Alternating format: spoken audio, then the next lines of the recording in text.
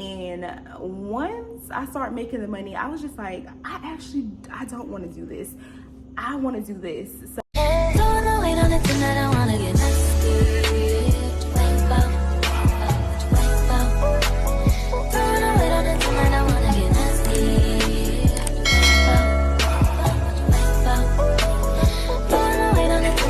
The title of the video, your girl is back again with another video. If you know my channel, hey girl, hey. And if you're a returning subscriber, I don't even have to say anything because you know what's up, I know what's up, we know what's up, and that's on lit. That's on lit. That's on periods.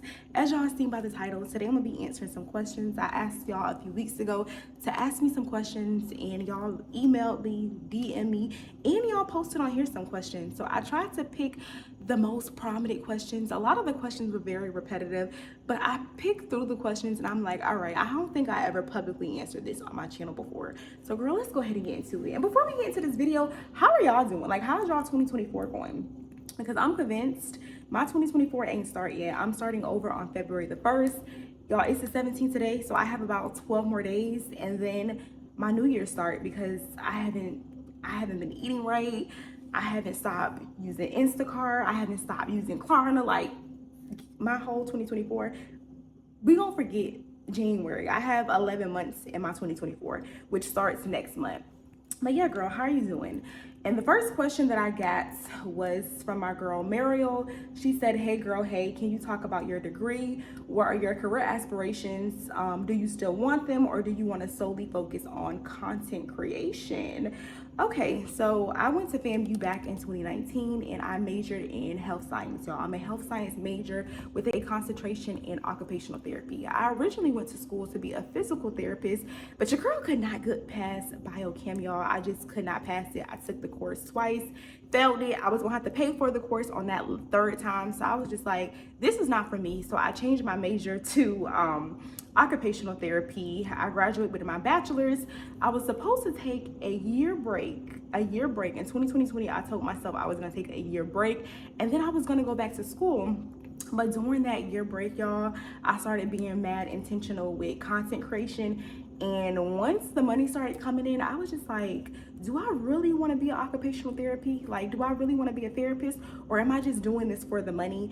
And once I started making the money, I was just like, I don't want to do this.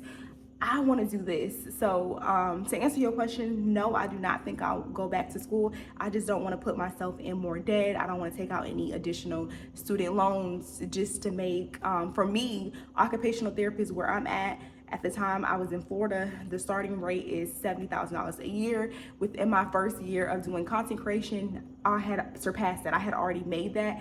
And for me, I was not in it because I had a passion for it. So no, girl, I would not go back to school. I also don't want to say that I'm just solely focusing on content creation. Y'all know I have a business and that's more so what I'm focusing on.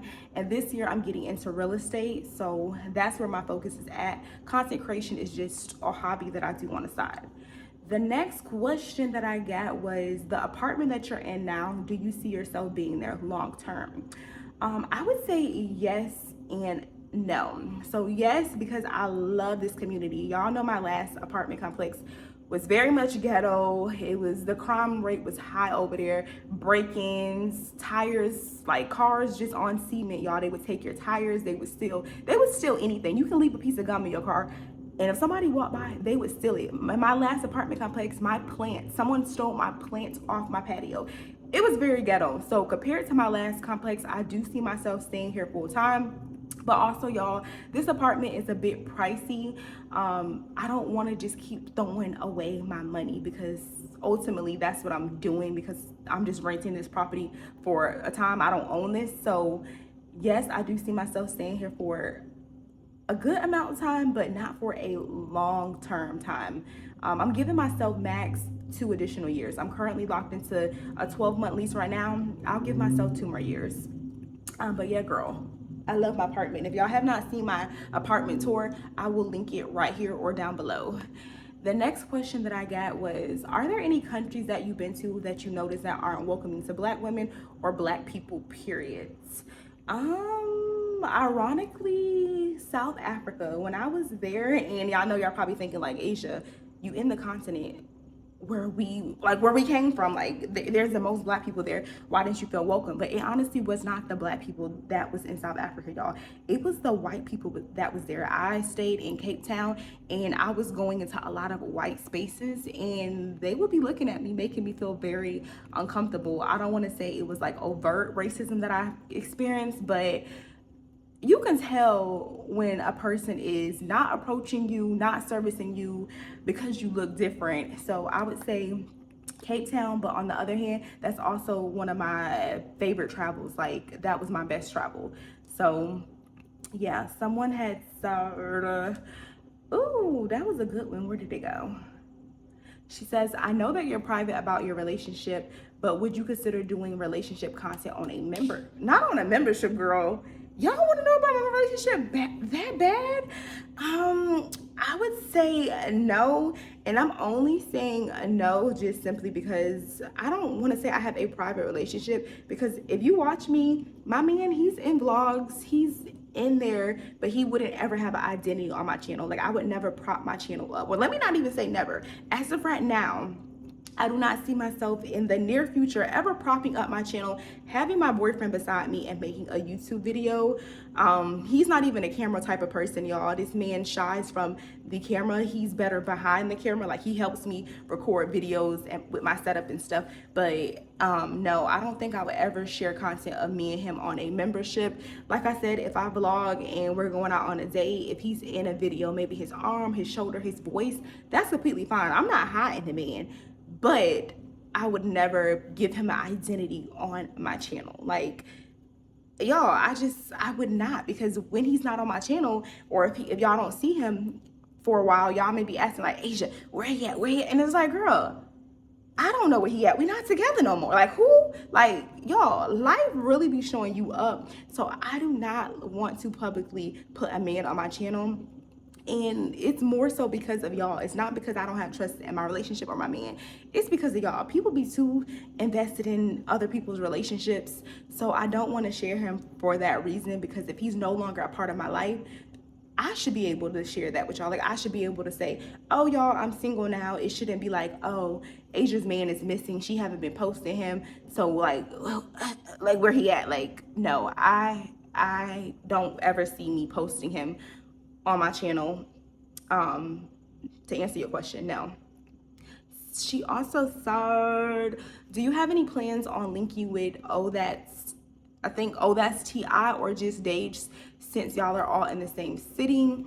Honestly, no, y'all. I would love to collaborate with other YouTubers that make similar content to me, but I'm just in this stage where if it happens, it happens. And I don't watch T.I. that much, but I do come across her videos. Y'all know if you make similar content on YouTube, YouTube will promote that channel. So no, we don't have any plans to link. Somebody said, ooh, wow, that's a weird question.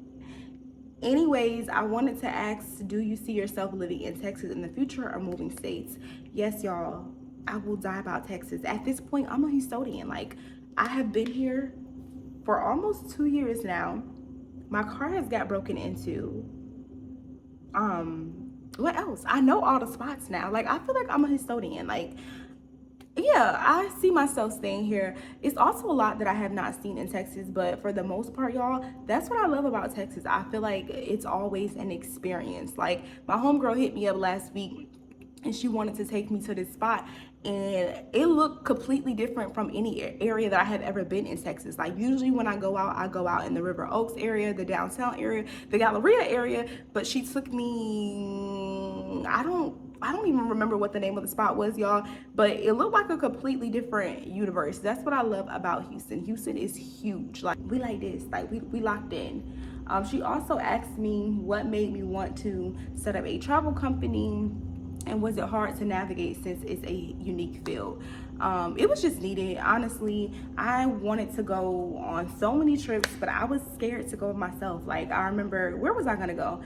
Don't judge me, y'all, because when I say this, y'all gonna be like, Asia, why you want to go there? And it's because it's beautiful, y'all, and it's so affordable. I wanted to go to Nicaragua. Am I pronouncing that right? My dad's from Nicaragua, so I want to do a special in Nicaragua. Yeah. Your dad is not Nicaraguan. We might have to edit that out, dude, because Nicaraguan? that time closer. Okay, go one more time, bro. I want to see how racist this ends up. Nicaragua. It sounds so weird, y'all. But that's the country I wanted to go to, and I was asking my friends about it. And looking back, they probably said, girl, no, because they didn't want to die. Like, why do you want to go to this third world country? But y'all, I found so much beauty in this country online, and I wanted to go there.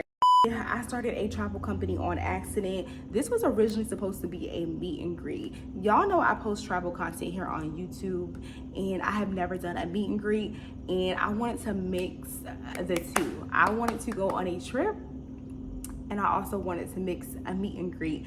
So I think I made a poll on my Instagram, and I just asked y'all who will be down to go on vacation. And I knew majority of my followers on my Instagram were from YouTube. So I was talking to my girls, and you know how it is, y'all. Everybody ready to go on a trip until it's time to go on a trip. So I put us all in a group chat. I'm asking everybody where y'all want to go, when y'all want to go.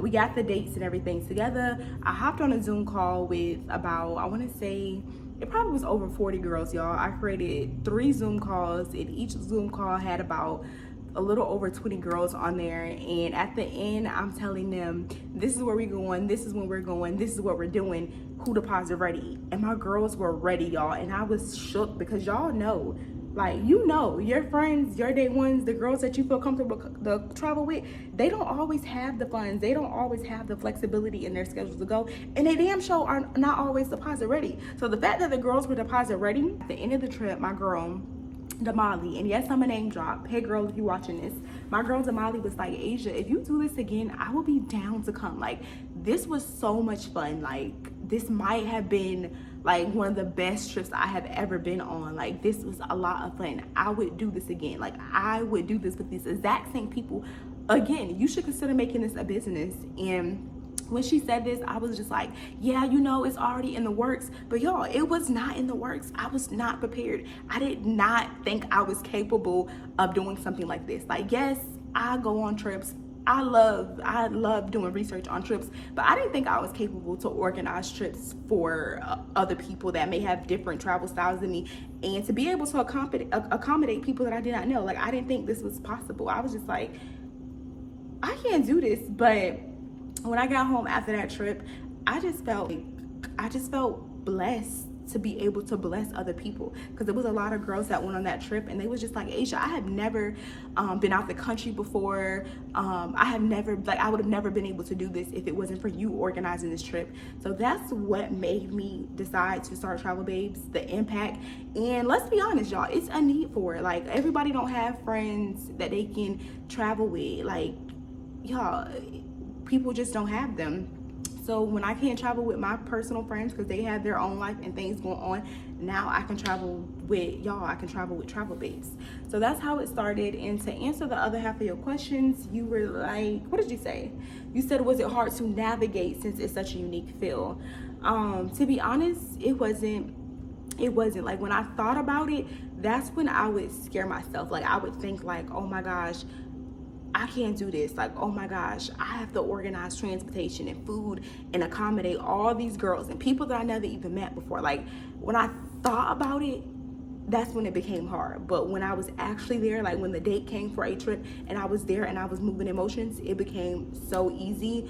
And a lot of times I didn't feel alone. Every time I go on the trip, I personally feel like this is my long life cousin, and they help me, y'all. Like, it honestly just feels like I'm going on trips with my friends. No and yes, it was hard to navigate when I would think about it, but when I was actually on the trip, it wasn't hard to navigate. It's a on the job type of thing. You can't be perfect. You just kind of have to rock with it. Like, every trip, I learned something new about myself. I learned something new about people. I learned something new about the business. That was a really good question. Thank you for asking me that, girl. Who was that? Cozy Hobbies. Shout out to you. What else do we have in here? Someone said, can you do a video on how to grow your social media, your fan base? I recently uploaded my first YouTube video.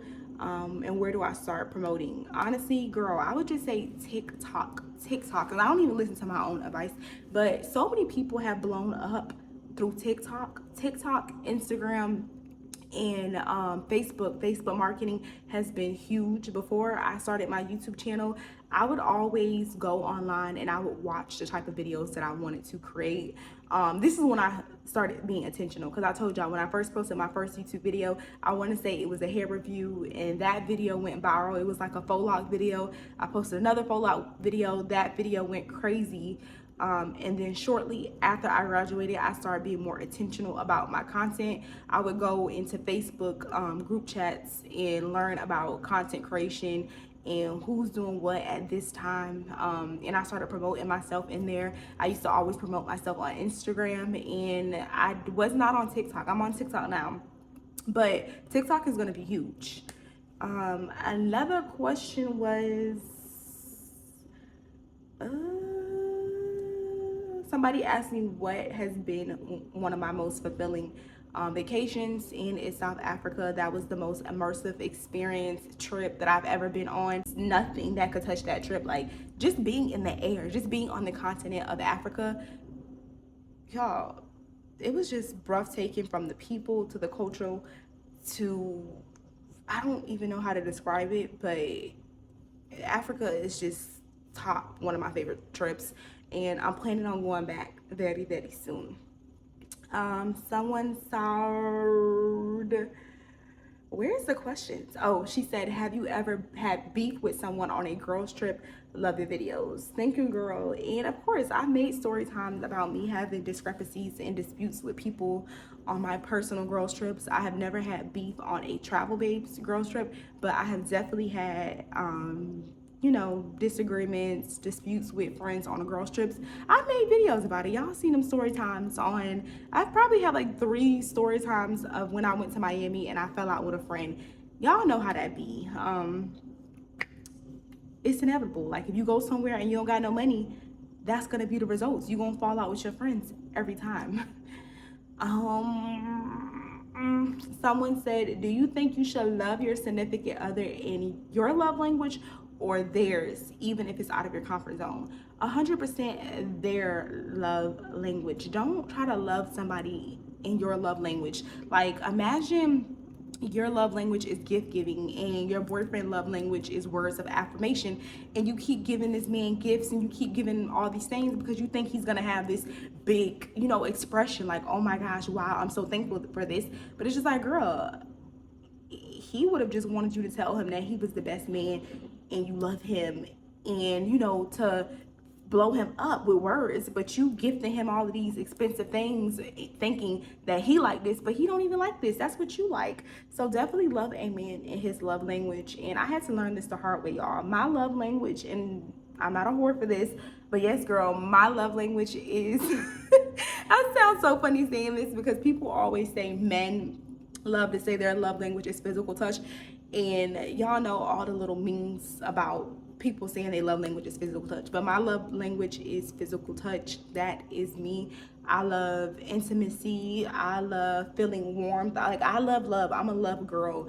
And my last boyfriend, that was not his love language, y'all. And I would feel like, well, he would feel like I was smothering him, and I would take it the wrong way. I would internalize that and be like, I'm doing something wrong. Like, why does he want to cuddle? Why is he distancing himself from me? And all I'm doing is trying to love him. And it was simply because that was not that man's love language. Like, that's not the way he showed love. That's the way you feel love. Like, you feel like you got to be touched and holding hands and hugging. Like, that's the way you love. That's not the way he loved. So love people in their love language, and make an effort to know your man's love language, because you'll be surprised how many people don't know their partner's love language. I'm gonna answer one more. Let's make it good. I got a lot of questions about my business, content creation, and just living in Texas. Like I said, I don't want to put any repetitive questions in here. Let's make it juicy. Oh, this is a good one. Somebody asked me, well, I have 2 questions. So somebody asked me, have I seen the situation with Cat Williams, and do I want to touch on it about Kevin Hart being an industry plant? I did see those videos, and I'm not gonna hold you. I feel like there's some truth to what he was saying about all the comedians. That's all I'm gonna say. I just feel like there's a little truth in it. And then another person asked me, about dating. How do you become intentional with your dating, or how did I become intentional with my dating? To be honest, you gotta just you have to be tired of dealing with the wrong ninjas. I told y'all, when I was dating intentionally, what I noticed is I got the ick quick. Like, I learned quickly what I liked and what I did not like. A lot of women, they don't actively make an effort to date. They'll just meet one guy, he shows them interest, and they'll just kind of go with the flow. But when you're intentionally dating, you already know what you want. Like, you should already write down exactly what you want. So when you meet a man and he's not that, it's clear, it's in your face. When you're intentionally dating, you have to know what you want, and you may have to literally, before a date, you might have to put it in your notes and be like, you want to prioritize him being a leader. And on the date, look at him and look how he's answering questions, and see if he's answering the questions like a leader, or if he's answering the questions like somebody that's gonna have you bask in your masculine energy. Like, I'm gonna go ahead and leave y'all with that last question. If I missed any questions, go ahead and drop them down below. Y'all did send me a whole bunch of questions, but like I said, they were mad repetitive. A lot of things y'all just wanted to touch on my man, and I answered the most important one: would he ever have a presence, an identity on this channel? Y'all asked me a lot of questions about why I started Travel Babes. I answered that, and yeah, that was like the majority of the stuff that y'all wanted to know. And I want to do this video again. I have fun talking with y'all, so drop more questions for the next video. And mwah, I'll see y'all in my next video. Peace.